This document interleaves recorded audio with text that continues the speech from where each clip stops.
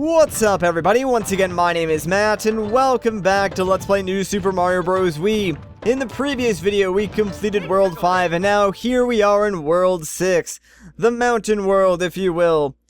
So, yeah, as you can tell, I've got myself a propeller suit. In between videos, I actually did have to go and use a mushroom house, which is something I didn't really want to do, but this situation sort of called for it. Allow me to explain.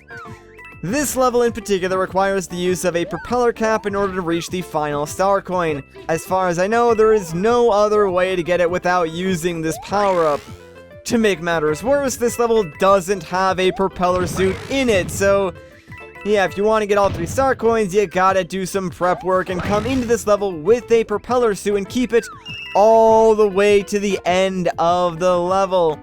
It's one of maybe a handful of levels in this game that have star coins that both require a power-up and also don't provide the power-up in the level, because most of the time the game is nice enough to give you the power-up, but not the case this time around, which is a little annoying, not gonna lie. So yeah, we're mostly just gonna like play this level very slowly, very carefully, because if we lose this power-up, we basically have to do the entire thing all over again, since like I'd have to leave, get another propeller suit, come back, and oh man, it would just be such a hassle. So it's better if we just like do this on our first attempt. Thankfully, the other 2 star coins are pretty easy to pick up along the way, not too difficult to grab while you're going. And I guess the propeller suit does make this level just a tad easier. Although, for the most part, you're gonna be, like, spending your time climbing on these rock walls inside these caves, so can't really make use of the propeller suit here. Now, I do want to say this. Be very careful when, climbing up and down these rock walls, especially when trying to dodge, like, these bullet bills, because Mario's hitbox is a little bit weird. Like, it extends slightly more upwards and slightly more downwards when you're climbing, so yeah, just make sure you give yourself some extra space when dodging these bullet bills, otherwise they might accidentally hit you. And as far as I know, it's only when climbing, because otherwise the hitbox is pretty normal. Anyways, we are at the final stretch of the level. We got a lot of stuff we still have to dodge, though. Thankfully, once you get those bullet bill blasters off screen, they will stop shooting, so now all we have to worry about are like these giant spiky balls. So let's be a little bit careful, and guess what? We're in the clear, guys, so let's head up here and grab the 3rd and final star coin of the level. Oh yeah. And I think that is actually the only star coin that requires a specific power-up to get, like, in this entire world. Well, okay, let me rephrase that. The only star coin that requires a specific power-up in which the level doesn't already contain that power-up, because I'm pretty sure there are still a few star coins in this world that require the use of a different power-up here or there, but that power-up is in that level, so makes it a whole heck of a lot easier.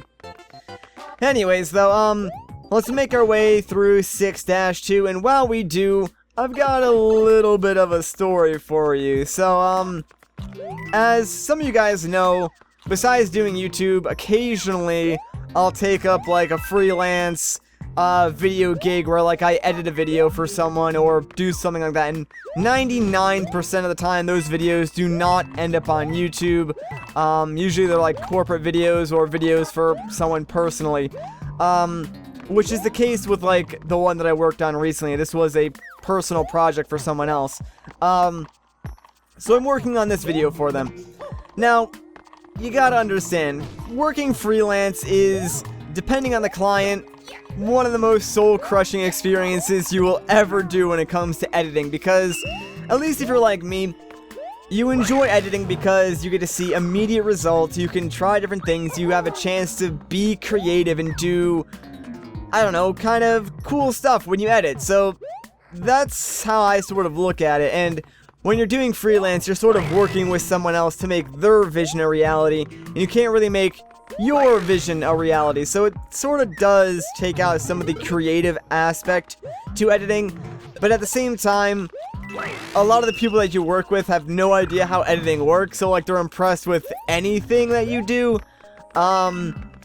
So what I had to do this time around was turn a PowerPoint into a video with narration, which easy thing to do, man. Not even hard. I guarantee you even some of you guys out there could have done that. So I was like, alright, there's a bunch of different ways that we can do this, and we probably did it the most convoluted way possible. I'm not even going to explain it because it would take way too long, and this is already going to be a long story, but essentially what I did was I had the guy go through his PowerPoint presentation live, and I just recorded the output of his laptop to get the footage, and at the same time I was recording his narration. Again, this is not the way I would have done this normally, and I tried to explain the better alternatives, but the client was just not understanding anything that I was saying, so I figured I'd just do it this way to get the project started. Now, before I even did that, like when I was talking to him to accept the job to begin with, I was like, yeah, you know, this should be relatively easy, shouldn't take more than an hour or two to finish up. That was not the case, and maybe this is my fault for not asking, like, the right questions, but here's what happened. I show up with all my stuff, get ready to record this presentation and commentary right there. Turns out, this guy doesn't have a script. Now, keep in mind, his PowerPoint is 90 plus slides, and he's just gonna wing it. As soon as I heard that, I pulled out my phone and I basically canceled all my other plans I had that afternoon because I knew this was going to take way longer than an hour. Like, I don't even care how often you do this presentation. If you want to present a lot of information, like 90 plus slides of information to someone quickly, and make sure you hit every single talking point you want, just make a script. Read the script and that's it, you're done. It's that simple. Like, having a script would have made this entire process take 80% less time, I guarantee it. So, we go through this thing multiple times. Like, we started at like 1 p.m. I want to say, and we recorded until maybe 3 p.m. and that was like when we got a first full recording done. And of course, after we do that, he wants to see it. And I'm like, what do you mean you want to see it? All we have is raw footage and audio. They're two separate files. There's nothing to really see until I edit it together. So, yeah, you can kind of see where this is going. It's a good thing I had my laptop and other stuff with me because I basically spent like the next hour or so editing the video in front of him, which is something I was planning on doing on my own time back at my desktop computer at home. So, I finished like 90% of the edit. We end up dubbing over a few parts here and there, and he seems to like it. I had to add a few minor things, but I told him I would do that when I get home, and I told him exactly what I was going to do so he knew what he was going to get. So, I get home and I spend maybe like another 10-20 minutes working on this video. Nothing crazy. Again, I did like 90% of the work when I was there with him, burn it to a DVD, and I give it to him like a day later. Maybe like a day or two pass and I get a phone call from him and he's like, hey, you know, there's some things I'd like to change. So I'm thinking, alright, I'll go in again. I'll probably just have to adjust some minor things here and there that I did when he wasn't with me. Shouldn't take that long because, you know, at the end of the day, if it's a mistake that I made, that's my bad. It's his video, I'll go in and fix it. That was not the case. I go in again at 1 p.m. and I'm there until 4 p.m. So in total, this job, that if there was any sort of preparation work done or a script made prior would have taken like an hour, has now taken 7 hours. And I get there and we end up dubbing over 17 different spots in this video, which forces me to recut, resync it, and then I had to change like one of the minor edits that I made on my own, but that was pretty much it. You know, at that point we had finished up the video. The thing that annoyed me the most though, and pretty much the reason why I'm telling this story, is just because I needed to vent due to this one specific scenario. So we're looking at this part that he wants to redub over, and I'm playing back like the original audio form. I did this like 8 times in a row, and then we just sort of sat there in silence for at least 12 minutes, and he and I both said nothing because he was trying to think of what to say when we were gonna like go and redub it. In the end though, he just said, leave it.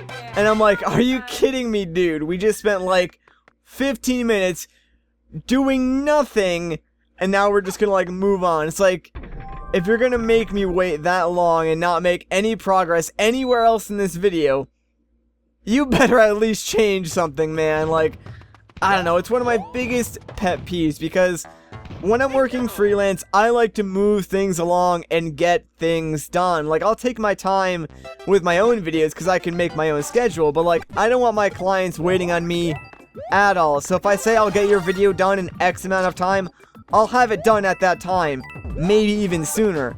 And I know at the end of the day, it's not my video, you know, it's the client's video, but, like, dude, sometimes the customer isn't always right. Like, I feel like as an editor and as a person who's made videos for a while, I kind of know what makes and doesn't make a good video. So, I don't know, maybe just, like, my advice should be taken more seriously in some scenarios. All I'm saying, man. But whatever, like, again, not my video at the end of the day. Was I happy with the final product? Not really. But, you know, he was, and I think that's all that really matters.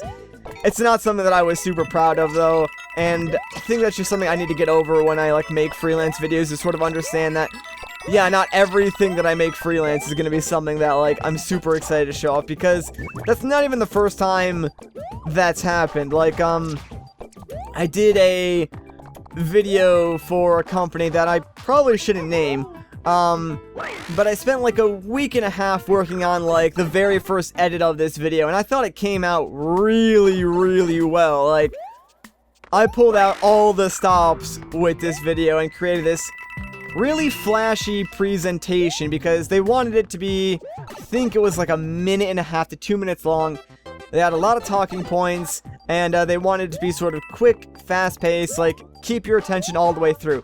So I did. I pulled out all the stops. I made this really quick, flashy, presentation for them, and I really liked how it looked. I sent it to them, and they were like, yeah, we don't like a majority of this. Can you change it? So I'm like, alright. I got on a phone call with them.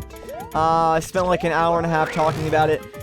Basically, I took all the work that I did, scrapped it, and essentially gave them a slideshow, and they were happy with that. So it's just one of those things that you have to get over if you do freelance work. Like, you have to understand, it's not about you. And it's something that I have a hard time doing, especially when it comes to making something that I think is better and then having to change that to make it into something that I think is worse. So yeah, I don't know, it's hard to sort of convey that without making myself sound like some egotistical, maniacal, arrogant editor, but it's just like, you gotta understand, some things do look better visually when you edit them together than other things, and I think that's what I'm trying to convey.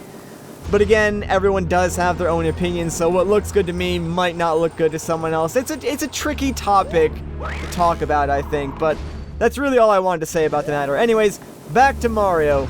So, this castle is a little bit dangerous. Yeah, there's actually 2 of these giant spiked pillars that are colliding into one another. Like, they meet pretty much at the halfway point of this castle, so you want to be a little bit careful here. And I think the first star coin is sort of hidden away.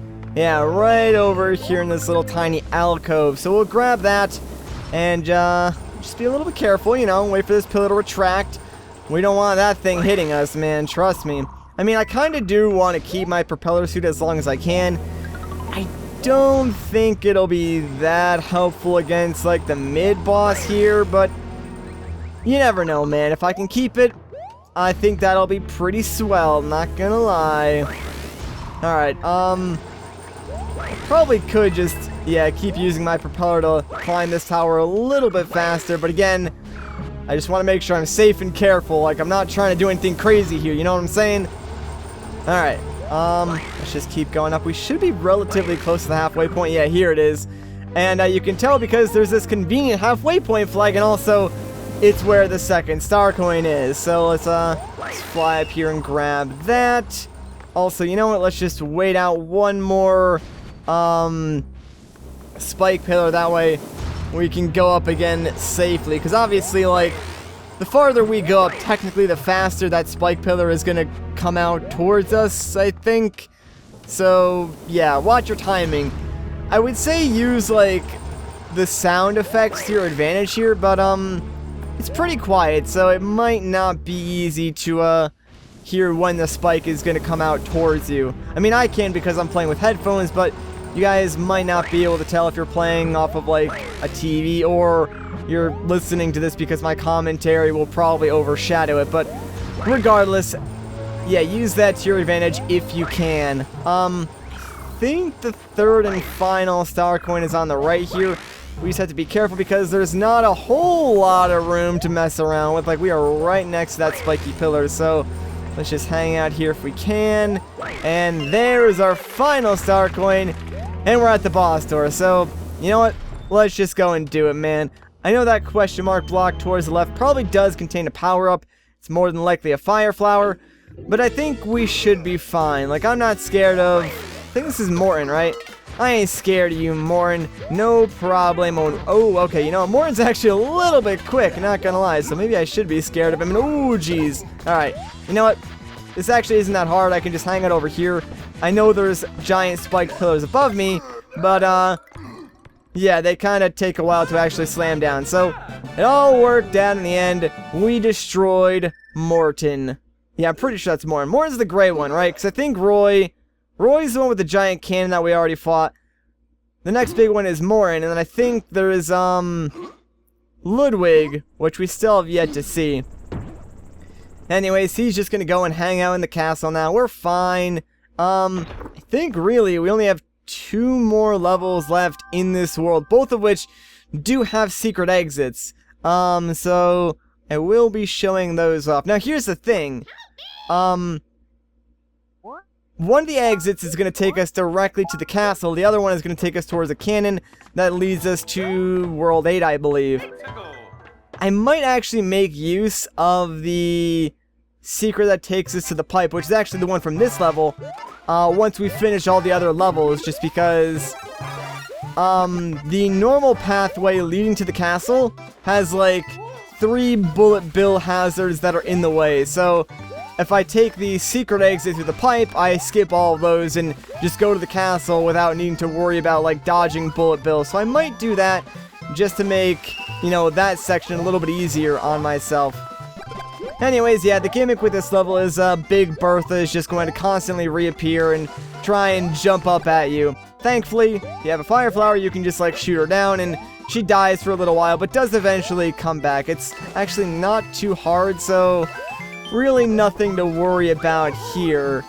I think the final star coin for this level is in the secret exit, so I might go and do that exit first, just so we can get all the star coins. Then we can just, like, run through the level and do the normal exit, I want to say. So hopefully I'm right on that. We'll see. I'm pretty sure I am, though. And I think we're safe to go through here. Yeah, oh, jeez. Just made it through there. I'm going to grab this propeller block. I don't really think I need it because, I know, like, the secret exit is actually right over here. So if I can kill, there we go, Big Bertha's dead. Jump in the water, and right in between these 2, like, floating blocks, yeah, there's a beanstalk or a vine that we can climb and get to this secret exit. So let's head up there, grab the third and final star coin, and then we should be good to go, at least for the secret exit. I mean, obviously I'll come back in here, do the normal exit, but that's besides the point. Where is this star coin? I think, there it is. I knew it was over here somewhere. Let me just get a running start, grab that, and we are good to go, baby. Not a hard level at all, guys. Really nothing to worry about there, especially if you have the fire flower. It is so easy. So easy, in fact. Here's what I'm going to do. Normally I would just, like, cut back to the middle of the level and continue from there, but we do have a fire flower and this level is pretty quick, so let's just start from the beginning and go from there. I mean, I don't think it'll take us longer than, like, a minute or 2 to get through this level, so Not even a huge deal. Let's just go, see how quick we can do this. You know what? I will actually pause, take out Bertha, just because, I mean, if I do that, it makes all my jumps just a little bit easier, since I really don't need to think about it as much. I can just go, go, go, and not worry about, you know, Bertha jumping up and trying to eat my face off, which I ain't about, man. I ain't about that. Alright, come on, let's just get to the halfway point. There we go, that's what I like to see. We're moving along. Alright, oh no, I fell down. Everything is awful. Mistakes have been made. Hey, that was pretty good. Nice, not bad. Alright, we're back in it. Let's go. You need to definitely die here, because there's a lot of space that I do not want you in. I would much rather have it clear. That way I could just go on my own. And you know what, might as well grab this propeller block, right? I mean, probably not going to make me go any faster through this level, but I'll take it nonetheless. In fact, it probably is going to slow me down, because yeah, I gotta like wait before I can even really use it here. But you know what, whatever, we're at the freaking pipe. We made it, man. Let's just no, get out of there, man. No, stop throwing it that way, Mario. There you go. Jeez, I swear, like, I pressed the D-pad left to turn around, and he just like did not throw it. But whatever, not a huge deal. Let's just grab the flagpole and get out of here. Pretty sure that took over a minute, but you know what? I'm not a speedrunner, guys. Never claimed to be, so you can't hold that against me. Or at least if you do, I don't really care. I mean, what am I going to say to that, really? Alright, let's move on to 6-6. I think I know what this level is, and I hate it already. This is like probably my least favorite level in this entire world, actually. Because it's the only bad level, I would say, in this world.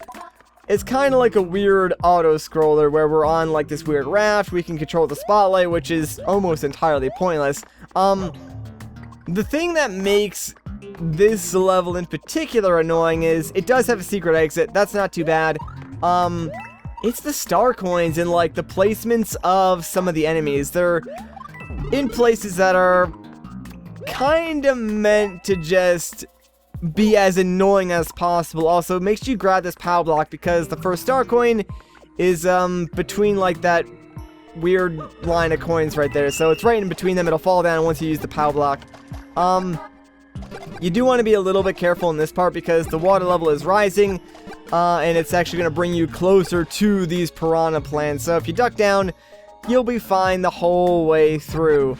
Now, we kind of got lucky, because like the fire flower from that question mark block that I got to appear earlier on, landed on like the front of the raft. So if we play our cards right, even though the fire flower does jump occasionally with the music, it should actually remain on the raft for a good part of this level. And there's an area coming up where I'm pretty likely to take damage, just because of, you know, how soon it is to one of the star coins. So having that like power up stay on the raft means that I can like intentionally take damage, not worry about it, then get through that segment, grab the fire flower, and, you know, continue on with my life and not really be too worried about having taken so much damage. So that'll kind of work out in favor for us. Here's the second star coin. Pretty easy to grab. Just make sure you have at least one of the springs on this raft. I like to keep both of them. There's no real reason to keep both of them. Again, I just like to, because it gives you like another chance should you miss a jump on the spring, which can be a little finicky at points. I'm actually going to try and grab something from an upward area coming up here. So if I can get it with one of these springs, that would be great. There we go. Yeah, this propeller block is pretty useful. Not like the most useful thing in the world, but it may come in handy. And here's where I normally do take damage. So yeah, those bats are in some really interesting areas. By the way, the third star coin right up here to the left. Make sure you do not miss that. Let me just actually grab this propeller block again. And now here's the, oh, what the heck happened there? Like, it spun, but I just sort of sank into the water. That was kind of weird. Also, I lost my propeller block now, so this whole segment got a whole heck of a lot harder. yeah, we got these fire bros just like launching fire flowers at us, and I do not appreciate that, so we're gonna try and do some sick dodges to not get hit if we can. Alright, not good. All we have to do is survive, man. All we have to do is survive, so please just stop shooting me with fire flowers. I really do not appreciate that. Alright, I think we're in the clear now. Alright, we've done it. We just gotta make our way to the end of the level.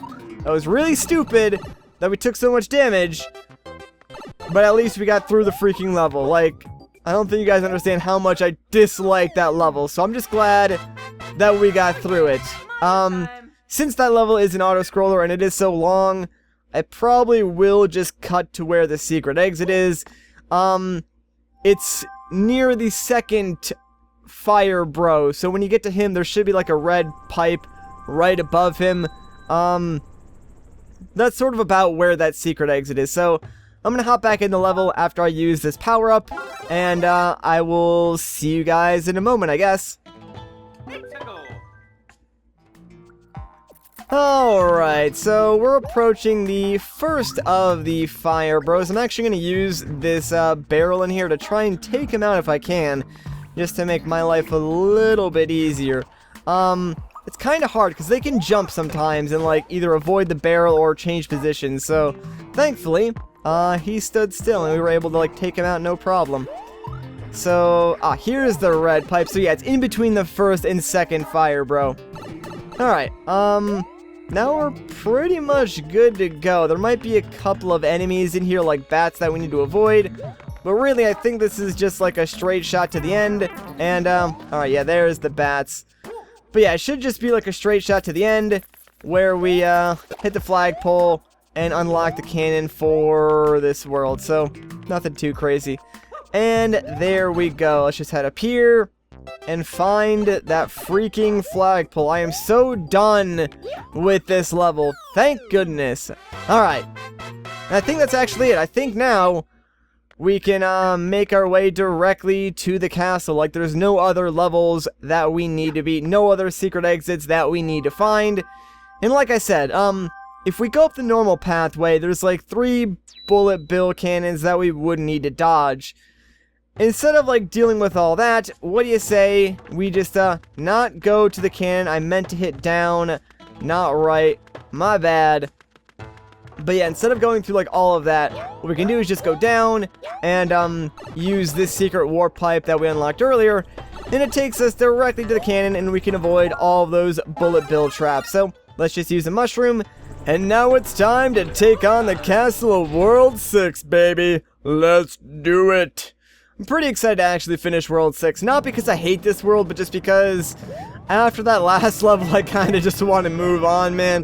That one took a long freaking time, and sometimes a change of scenery is nice after a long level like that. I think there is actually an airship, though, that takes place after this castle, which not really looking forward to, honestly. I mean, I know they're cool and they break up the monotony of the game, but like, kinda just want to go to World 7, bro, you know what I'm saying? Alright, now the star coins for this castle are relatively easy. This first one, easiest way to grab this is just by using an ice flower to freeze some of these dry bones. You pick one up and then slide it into the rest to pick up that star coin and also clear the pathway for yourself. Now, the rest of the star coins, they just require some precise jumps, so nothing too crazy.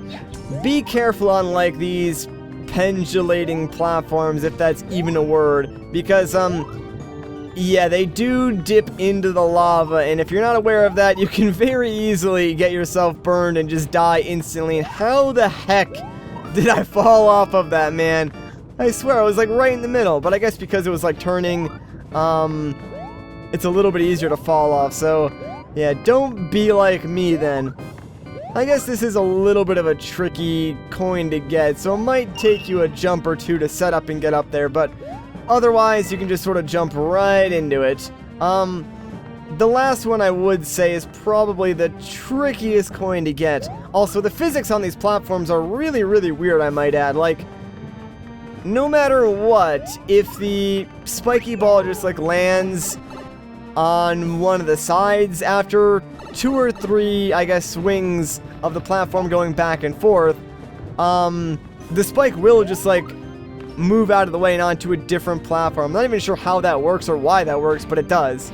Also, this section, really annoying, I might add. So, there's these platforms that sort of, like, open up and let the spiky balls sort of fall down. What I kind of like to do is sort of, like, hang out and just wait until a lot of them fall down while they're not in your pathway at all, so it's a lot easier to just avoid them. I think, like, more do spawn the further you go through here, though, so, like, the queue, I guess you could say, of spiky balls does refill just a little bit, but, yeah, if you wait it out, it certainly makes getting through here a little bit easier, since there's less things you need to worry about dodging, since they'll all be gone by the time you go to make those jumps, as long as you wait. Like, look, I barely have to worry about anything right now. Well, actually, there's a ton that just started rolling by, so never mind. I lied, guys. I'm sorry. I thought, like, we were pretty much all done. I really do want to grab that ice flower. There we go. Now it looks like we're just about done, though. Oh, never mind. There's still more. So, yeah, I mean, obviously they're still spawning because I didn't go far enough to get all of them to start moving just yet, but for the most part, we're not really worrying about a whole lot of spiky balls right now. There's the final star coin. All I have to do here is jump off this platform's right side, like at the peak of it, and, so close, man. So close. If we time it right, though, we should be able to grab that no problem. I actually thought that spiky ball was gonna, like, head down here, which is why I sort of hesitated to make my jump. But there we go. We got the star coin now. All we have to do, fight the boss, and we're good to go, guys. Not bad. Not bad at all. Hopefully, we do not screw this up. I actually don't remember what Kamek does to modify the fight arena for this battle. So hopefully it's nothing too crazy. I don't think it is, because usually it never is. So, hello there, Morton. How are you doing? And Kamek, get out of here. Just use your magic and leave, man. Or don't use the magic, actually. That would make my life a lot easier. Alright, so... oh, okay. It just causes the platforms in front of him and behind him to raise up. It's not even that big of a deal, actually. I'm really not worried about that at all. So, there we go. I just want to make sure I got his timing right before I did anything crazy. Now that we got his timing, though, I think we can probably just, like, 3-cycle this guy super easy, since there's very little stopping us from doing that in terms of, like, stage hazards. So, yeah, there we go. Down it goes, Morton. We'll BM a little bit, grab our key, and we're done with the World 6 castle, baby. Booyah!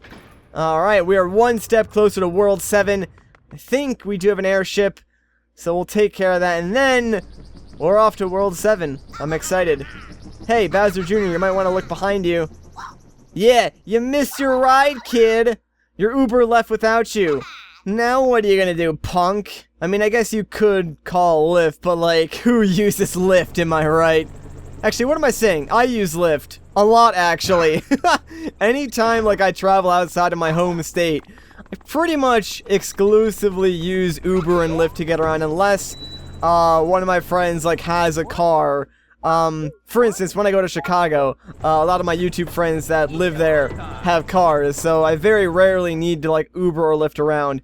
But, when I went to LA, or when I go to, like, Boston for PAX or any other convention like E3 in LA, we pretty much exclusively use Uber and Lyft. And sometimes, not all the time, mind you, sometimes you can get, like, better deals on Lyft than you would with Uber, just because the surge rates on Uber are ridiculous sometimes. Like, I've seen it upwards of, like, 3%, which is crazy.